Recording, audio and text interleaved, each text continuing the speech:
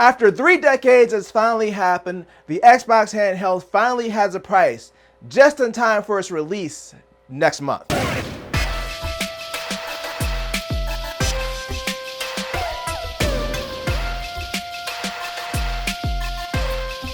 It's Sunday, so let's get sensational.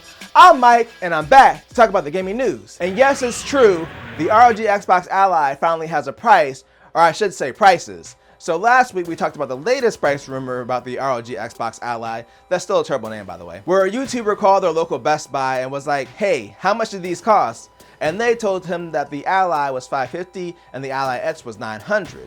Well, Microsoft and Asus have finally revealed the prices and started pre-orders. So the ROG Xbox Ally will be $600 and the Ally X will be $1,000. So basically it's following the same pricing scheme as the current ROG Ally and Ally X.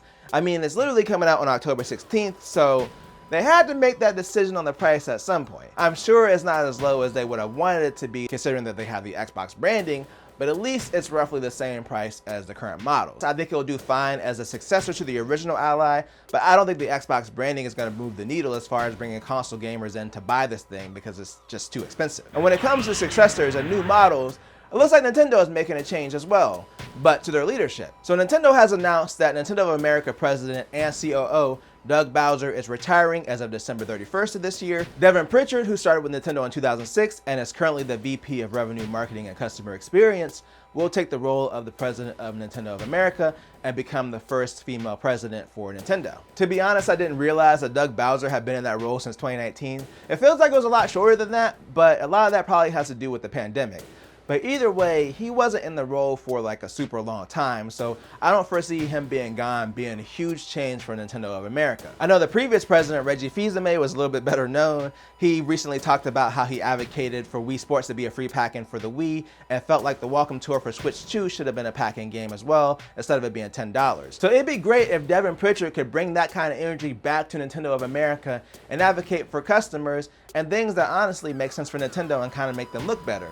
But we'll see how it goes next year. And there's a lot happening in Xbox next year too, on their own console and of course on the PS5. So we got a couple of Xbox games coming to PS5 and one even coming to PSVR 2. I mean, someone has to put games on that thing because it damn sure ain't Sony. All shade aside, Microsoft has announced that Forza Horizon 6 is coming out next year on Xbox and PC, and they've committed to a PS5 version at a later unspecified date. With the success of Forza Horizon 5 on PlayStation, I feel like it's not super surprising, and 6 is going to be set in Japan, so that gives them another reason to release it on a system that's based in Japan. They haven't committed to a time frame of when it'll be on PlayStation after launch, but I mean, it doesn't even have a real release date yet, just a year, so obviously they're not going to announce that just yet. But if I had to guess, it's probably going to be 3 to 6 months after it hits Xbox that'll be on PS5. But an Xbox game that is hitting PlayStation this year is Microsoft's Flight Simulator. So Xbox announced that Flight Simulator will be hitting PS5 on December 8th, but the more interesting part, in my opinion, is they're releasing a free update for the PSVR 2 in 2026. The previous version of Flight Simulator and the 2024 version also have VR support on PC, so it makes sense to bring it to PS5, but it is a little weird that that console version of the game is going to technically have more features than the Xbox version. But that really only matters if you can even buy an Xbox.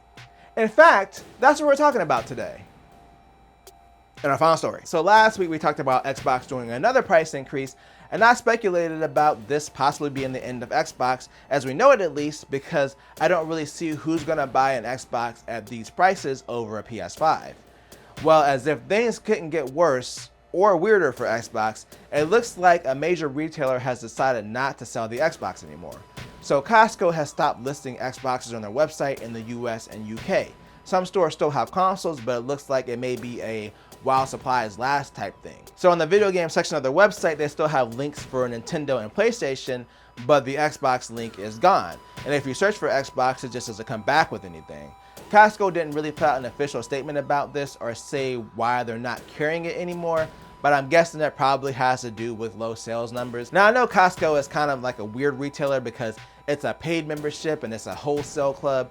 It is kind of a big deal though to still be dropped by a major retailer in general. Now I really hope that Xbox can turn this whole thing around and still be able to offer a traditional console, at least for another generation, but right now, it's not looking so good.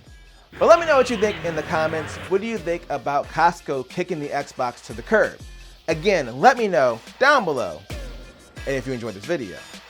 Then make sure to tell a friend, tell a coworker, like, share, and subscribe, and hit that bell notification button thing wherever it is to be notified when I drop a video or a live stream.